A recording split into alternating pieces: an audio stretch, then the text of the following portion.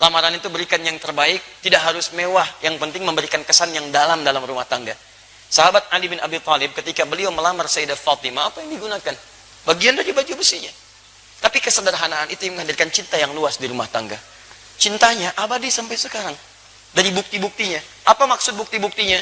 Sampai sekarang kalau antum ke top cafe, seperti saya berikan petanya di pertemuan lalu, antum lihat teman-teman, sebelah kiri ada bagian dari peninggalan-peninggalan pakaian Sayyidah Fatimah. Masih ada. Sampai sekarang. Sebelah kanannya pedangnya sahabat Ali bin Abi Thalib. Ada, diabadikan. Jadi cinta penuh kesederhanaan, tapi ridha Allah didapatkan, maka cinta itu akan menginspirasi generasi setelahnya dengan kisah-kisah yang abadi. Itu pilihan untuk kita. Ya, teruskan. Misal yang terbaik berikan. Kalau misalnya itu bisa jadi kenangan, lebih bagus. Jadi begitu ada persoalan, melihat itu cinta tumbuh lagi, perasaan bisa saling melengkapi. Setelah itu apa? Lakukan pernikahan. Quran surah 30 ayat 21. Dan maaf ya, maaf baik-baik. Ketika Anda mau menikah, ayat Qurannya mengatakan pernikahan itu misi utamanya mendekatkan diri Anda kepada Allah. Jadi kalau Anda sudah menikah belasan tahun, puluhan tahun, tidak membuat Anda lebih dekat dengan Allah, ada yang salah dalam pernikahan Anda. Karena kalimat pernikahan dibuka dengan ayat, wa min ayatihi. Dan tidak ada tafsiran lain dari ayat selain tanda yang mendekatkan seseorang dengan Allah. Jadi ada alamat, ada ayat beda. Kalau alamat, tanda yang mendekatkan pada tujuan. Di mana alamat Masjid Al-Ihsan, PTM PJS, di sini, di sini, di sini. Anda ikuti cepat sampai ke tujuan. Tapi kalau ayat, itu semua tanda yang mendekatkan Anda dengan Allah. Makanya Al-Quran isinya disebut dengan ayat. Karena ketika Anda baca ayat Al-Quran, lebih dekat keadaan Anda dengan Allah Subhanahu Wa Ta'ala. Paham? Baik. Koreksi diri sampai hari ini. Setelah itu silahkan bagi tugas. Tugasnya, maaf, Quran surah 4 ayat 34. Istri punya 2 tugas, suami punya 2 tugas. Hati-hati. Jangan sampai tugas suami dipakai oleh istri, tugas istri dipakai suami. Itu nggak nyambung. Dan hebatnya, saya akhiri di sini untuk pertanyaan ini. Dalam mimpi Nabi Yusuf alaihissalam, tugas ini dikesankan dengan ibarah yang indah. Kata Yusuf, lihat. Idh qala Yusufu li abi. Ketika Yusuf berkata kepada ayahandanya, ya abati, duhai ayahanda tercinta. Lihat, saya melihat dalam mimpi, ra'aitu ahada asyara kaukaba, 11 bintang, wasyamsa, dan 1 matahari, wal qamara, dan 1 rembulan, ra'aituhum li sajidin. Saya melihat semuanya sujud kepada saya. Para ulama menafsirkan, termasuk Nabi Yakub paham ini. Oh, ini mimpi, ini nggak sembarangan. Mimpi bukan biasa. Ini akan diangkat jadi nabi dan kedudukannya lebih besar dibandingkan bapaknya. Karena Syamsun itu lambang dari suami, bapak.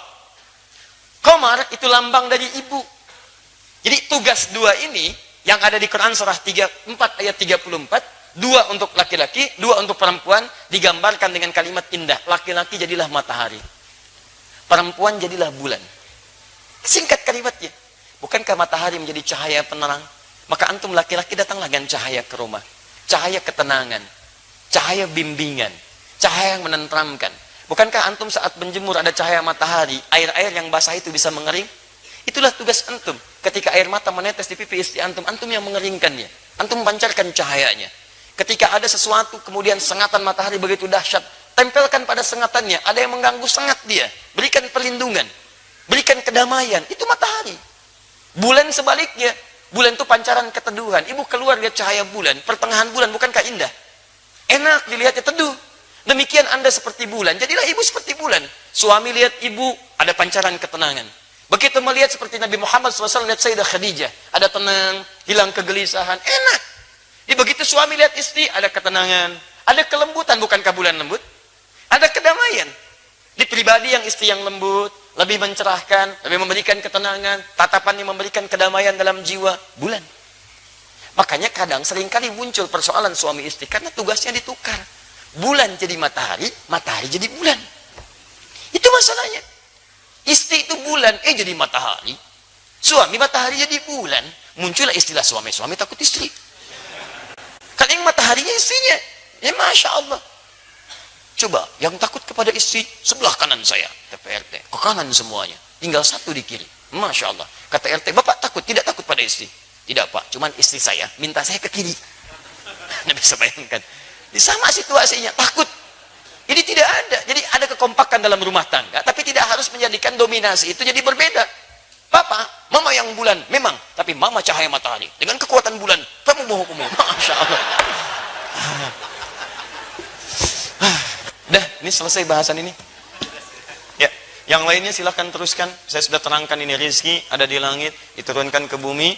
Ini cara mencarinya, turunkan. Kalau ingin cepat, Quran surah 7 ayat 96. Ingin lebih cepat lagi tadi, yabtaguna fadlan minallah, caranya salat, tunaikan tahajud. Tidak ada kisahnya suami istri tahajud kemudian rizkinya sulit, tidak ada kisahnya. Semua yang tahajud, semua yang kompak diberikan kemudahan oleh Allah Subhanahu wa taala. Baik, semoga Allah lapangkan pada yang belum menikah untuk mendapatkan jodoh terbaik dan insyaallah membawa kepada ridha Allah Subhanahu wa taala.